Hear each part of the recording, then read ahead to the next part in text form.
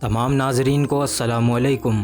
Pakistan IMF کے قرضوں تلے دبا ہوا ہے۔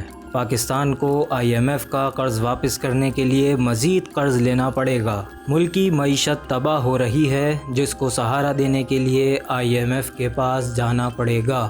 لیکن آخر یہ IMF کیا ہے؟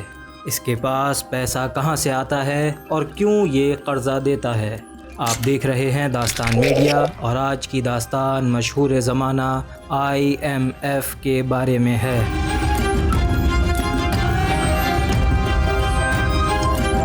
ناظرین، IMF کا قیام سن 1944 میں اقوام متحدہ کی بریٹو ووڈز کانفرنس میں عمل میں آیا، لیکن اس کے قیام کا مقصد سمجھنے کے لیے ہمیں گریٹ ڈپریشن کو سمجھنا پڑے گا، کیونکہ اس گریٹ ڈپریشن کی وجہ سے ہی IMF وجود میں آیا۔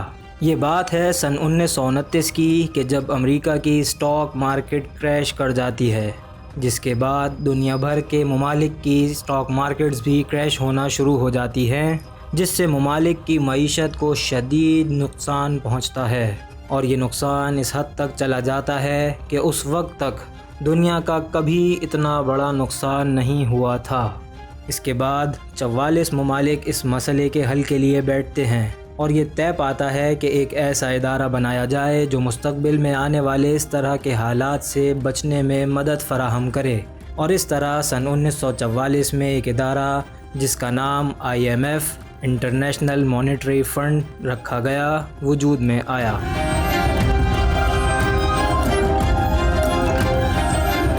IMF کا کام یہ تھا کہ وہ دنیا کی کرنسی کے ایکسچینج ریٹ کو مانیٹر کرے، ممالک کے درمیان تجارت کو آسان بنائے، ممالک میں روزگار بڑھائے اور معیشت کو بہتر کرنے کے نت نئے طریقے دریافت کرے۔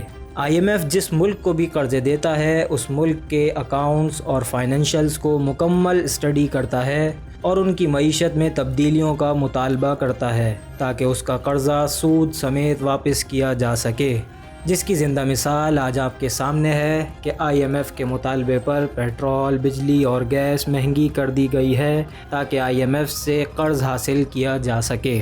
ناظرین، IMF کی پوری کوشش ہوتی ہے کہ وہ امریکی اور یورپی مفادات کا تحفظ کرے۔ ایسا IMF کیوں کرتا ہے؟ اس کا جواب جاننے کے لیے ہمیں پتہ لگانا ہوگا کہ IMF کے پاس پیسہ کہاں سے آتا ہے۔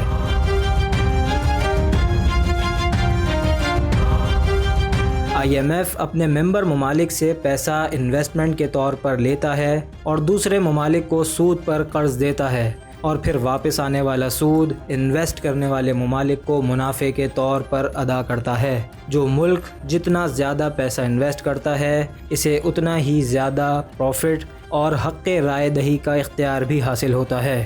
امریکہ IMF کے فنڈ کا سب سے بڑا حصہ 17% ادا کرتا ہے، اور یہی وجہ ہے کہ IMF امریکی مفادات کا تحفظ کرتا ہے۔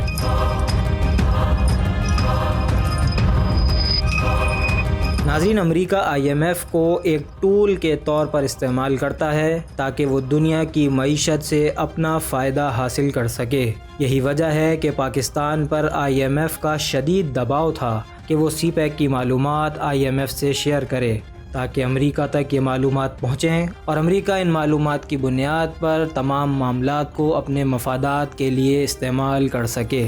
دنیا کے اہم اور ستھرے ہوئے معاشی تجزیہ کاروں کا کہنا ہے کہ IMF امریکہ کا بنایا ہوا ایسا معاشی دلدل ہے جس میں پھنسنے کے بعد کسی بھی ملک کا اس سے نکلنا تقریباً ناممکن ہو جاتا ہے۔ امید ہے آپ کو ہماری ویڈیو پسند آئی ہوگی۔ ہماری ویڈیو کو لائک کریں اور اپنے دوستوں سے شیئر کرنا نہ بھولیں۔ اگلی ویڈیو تک کے لیے السلام علیکم۔